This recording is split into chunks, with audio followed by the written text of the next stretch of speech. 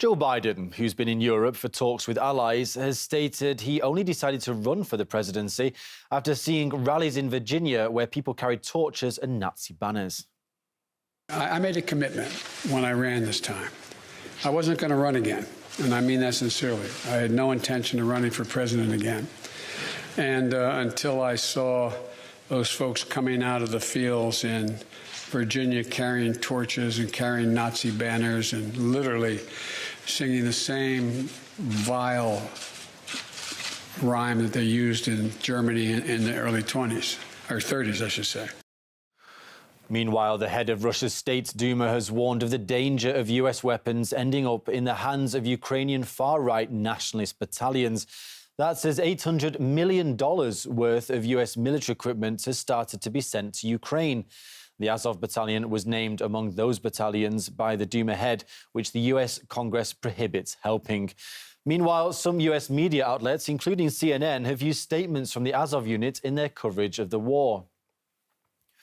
Independent journalist and geopolitics analyst Benjamin Norton believes that Joe Biden's criticism of domestic neo-Nazi movements doesn't necessarily extend to his foreign policy.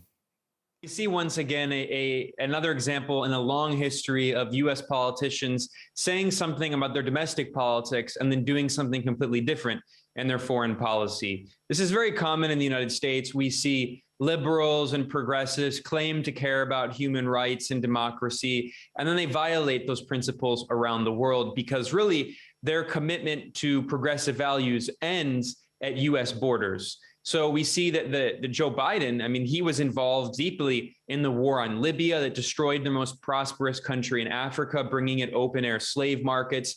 He was involved in the war on Syria, which created one of the worst humanitarian catastrophes on earth. But, you know, Biden is basically continuing the same policy in his foreign policy. So domestically, he will criticize Nazis, but when the U.S. empire sees it's politically advantageous to support Nazis abroad, not just in Ukraine. I mean, I mentioned Syria, I mentioned Libya. We know that the United States has a history of arming and training these extremist far-right death squads that were linked to al-Qaeda in Syria. And what is the equivalent of that in Ukraine? The Jabhat al-Nusra of Syria in Ukraine would be the Azov regiment.